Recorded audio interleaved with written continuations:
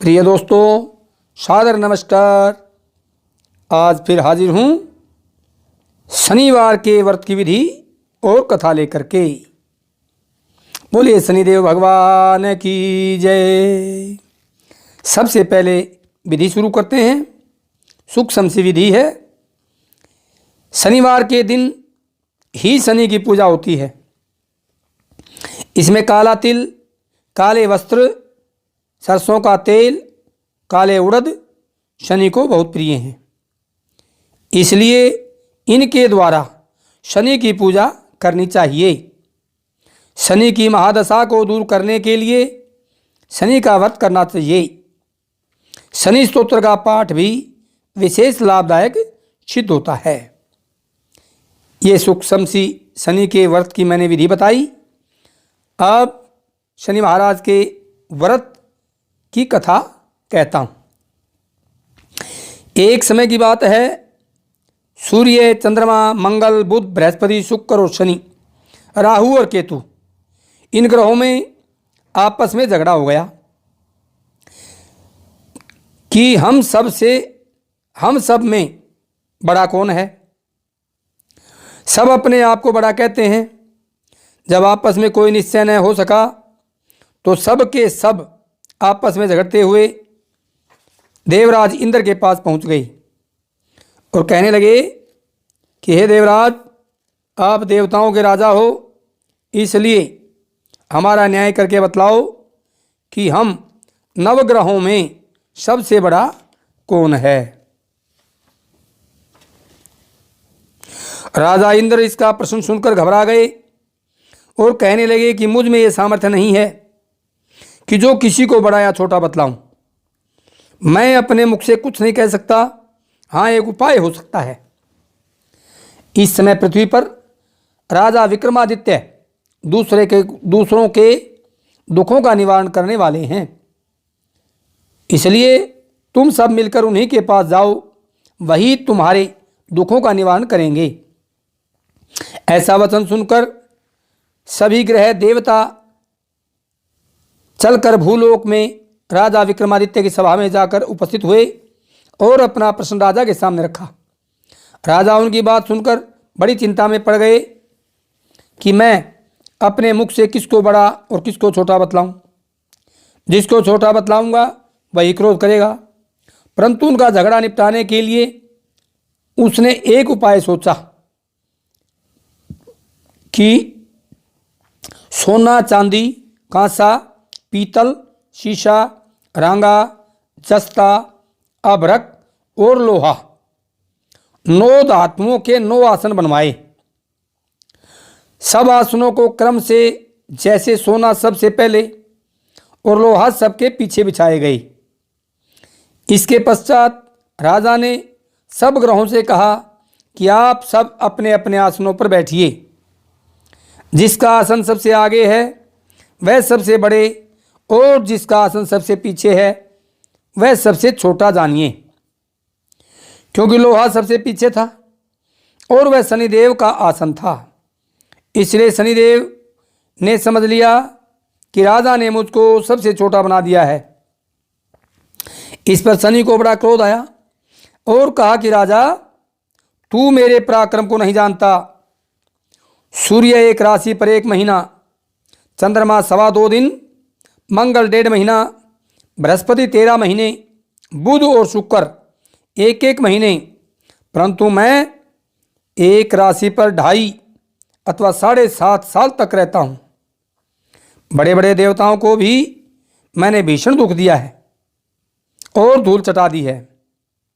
हे राजन सुनो, राम जी को 7.5 आई, वनवास हो गया, और रावण पर आई तो राम और लक्ष्मण ने सेना लेकर लंका पर चढ़ाई कर दी। रावण के कुल का सत्यानाश हो गया। हे राजा, अब तुम सावधान हो जाओ। राजा कहने लगा, जो कुछ भाग्य में होगा देखा जाएगा। उसके बाद अन्य ग्रह तो प्रसन्नता के साथ चले गए, परंतु शनिदेव बड़े क्रोध के साथ वहां ठहरे रहे। और कुछ समय क्रोध दिखा करके चले गए। कुछ समय व्यतीत होने पर जब राजा को 7.5 साल की दशा आई तो शनिदेव घोड़ों के सौदागर बनकर अनेक सुंदर घोड़ों के सहित राजा की राजधानी में आए।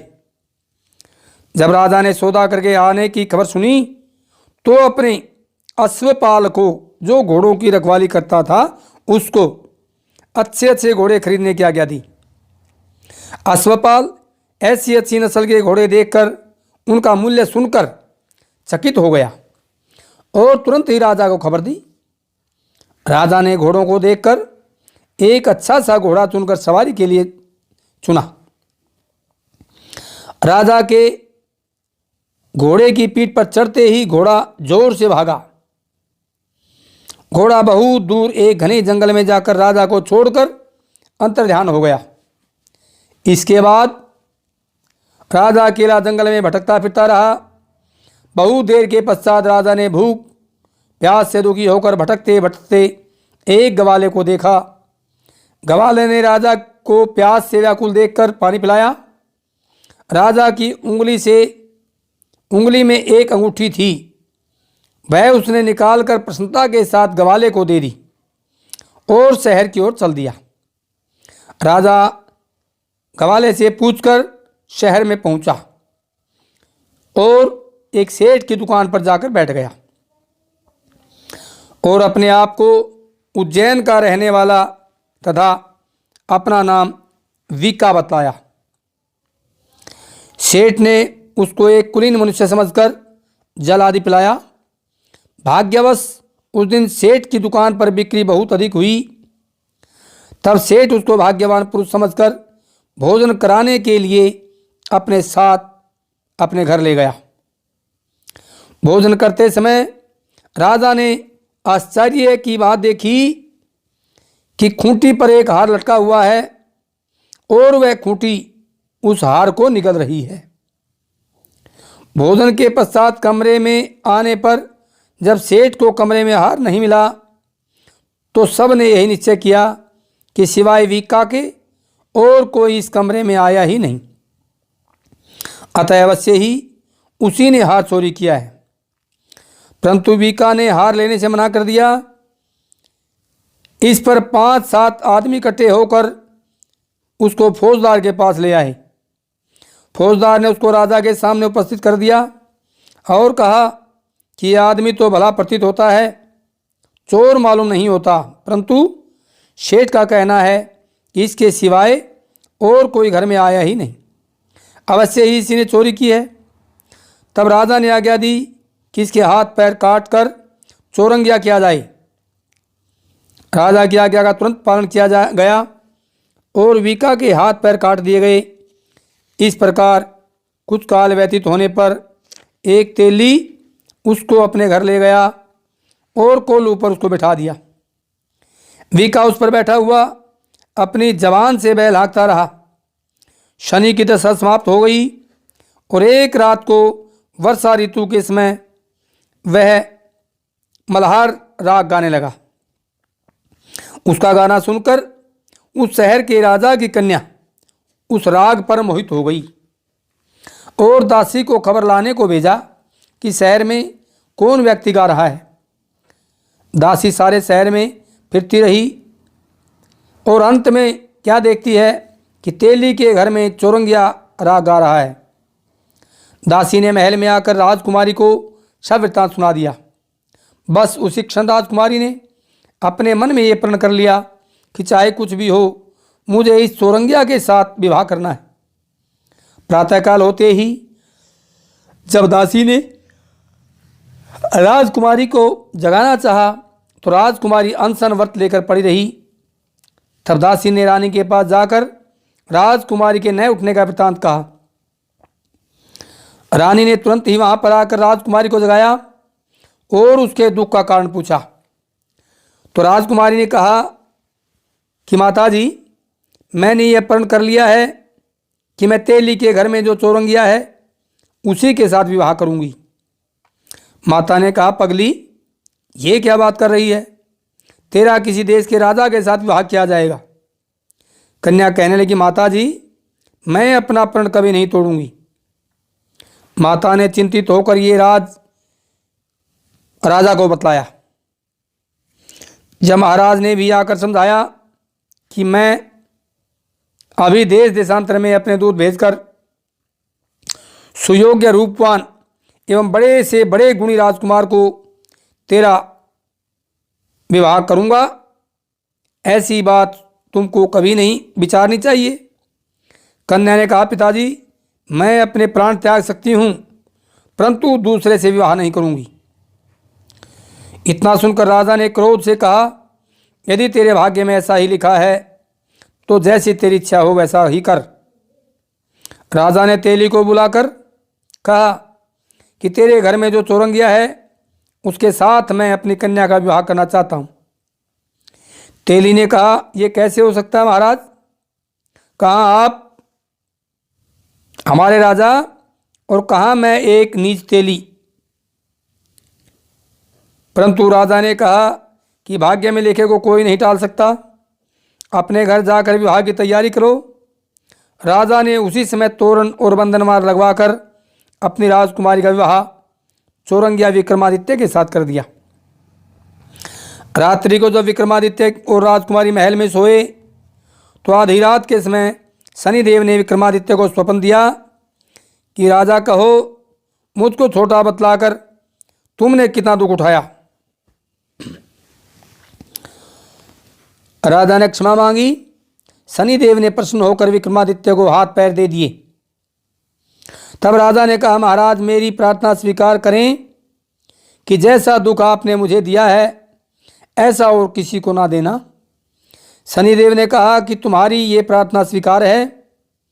जो मनुष्य मेरी कथा को सुनेगा, कहेगा या सुनाएगा, उसको मेरी दशा में कभी भी किसी प्रकार का दुख नहीं सहना पड़ेगा। और जो नित्य ही मेरा ध्यान करेगा और चींटियों को आटा डालेगा, उसके सब मनोरथ पूर्ण होंगे। इतना कहकर शनिदेव अपने धाम को चले गए। राजकुमारी की आँख खुली और उसने राजा के हाथ पांव देखे तो आश्चर्य को प्राप्त हुई। उसको देखकर राजा ने अपना समस्त हाल कहा कि मैं उज्जैन का राजा विक्रमादित्य हूँ। ये बात सुनकर राजकुमारी अत्यंत प्रसन्न हुई। प्रातःकाल राजकुमारी से उसकी सखियों ने पूछा तो उसने अपने पति का समस्त वृत्तांत कह सुनाया। तब सभी ने प्रसन्नता प्रकट की और कहा कि ईश्वर ने आपकी मनोकामना पूर्ण कर दी। जब उस सेठ ने यह सुना तो वह विक्रमादित्य के पास आया और राजा विक्रमादित्य के पैरों में गिरकर क्षमा मांगने लगा कि आप पर मैंने चोरी का झूठा आरोप लगाया, अतः आप मुझको जो चाहे दंड दें। राजा ने कहा, मुझ पर शनिदेव का कोप था, इसमें तेरी कोई गलती नहीं है, इसी कारण यह सब दुख मुझको प्राप्त हुआ है। तुम अपने घर जाकर अपना कार्य करो। सेठ बोला कि मुझे तभी शांति मिलेगी जब आप मेरे घर चलकर प्रीतिपूर्वक भोजन करोगे। राजा ने कहा कि जैसी आपकी मर्जी हो वैसा ही करेंगे। सेठ ने अपने घर ले जाकर अनेक प्रकार के सुंदर भोजन बनवाए और राजा विक्रमादित्य को प्रीति भोज दिया। राजा विक्रमादित्य जिस समय भोजन कर रहे थे उसी प्रकार से एक अत्यंत आश्चर्य की बात सबको दिखाई दी कि जो खूंटी पहले हार निकल गई थी वह अब हार उड़ेल रही है, बाहर उगल रही है। जब भोजन समाप्त हो गया तो सेठ ने हाथ जोड़कर बहुत सी मोहरें राजा को भेंट दी और कहा, मेरे श्री कंवरी नामक एक कन्या है, उसका पाणी ग्रहण आपके साथ करना चाहता हूँ। और इसके बाद सेठ ने भी अपनी कन्या का विवाह राजा विक्रमादित्य के साथ कर दिया और बहुत सा दान दहेज आदि दिया। इस प्रकार कुछ दिनों तक वहाँ निवास करने के पश्चात राजा विक्रमादित्य ने अपने शहर उस शहर के राजा से कहा कि अब मेरी उज्जैन जाने की इच्छा है। फिर कुछ दिन के बाद विदा लेकर राजकुमारी मनभावनी सेठ की कन्या श्री कंवरी तथा अनेक दास दासी रथ और पालकियों सहित विक्रमादित्य उज्जैन की तरफ चले। जब शहर के निकट पहुंचे और पूर्ववासियों ने राजा के आने का संवाद सुना तो समस्त उज्जैन की प्रजा अगवानी के लिए आई। तब बड़ी प्रसन्नता से राजा अपने महल में पधारे। सारे शहर में बड़ा भारी महोत्सव मनाया गया और रात्रि को दीपमाला की गई। दूसरे दिन राजा ने शहर में ये घोषणा कराई कि शनि देवता सब ग्रहों में सर्वोपरि हैं। मैंने इनको छोटा बतलाया, इसी से तुमको ये दुख प्राप्त हुआ है और मुझे भी प्राप्त हुआ है, तुम्हें राजा खोने का और मुझे अपनी प्रजा खोने का। इस कारण सारे शहर में सदा शनिदेव की पूजा और कथा होने लगी। राजा और प्रजा अनेक प्रकार के सुख भोगते रहे। जो कोई शनिदेव की इस कथा को सुनता है या पढ़ता है, शनिदेव की कृपा से उसके सब दुख दूर हो जाते हैं। शनिवार की कथा को व्रत के दिन अवश्य पढ़ना चाहिए और शनि का स्तोत्र भी करना चाहिए और पहले बताए अनुसार काले तिल इत्यादि दान भी करने चाहिए। बोलिए शनि महाराज की जय। ओम शांति, ओम शांति, ओम शांति। जय शनिदेव की जय हो।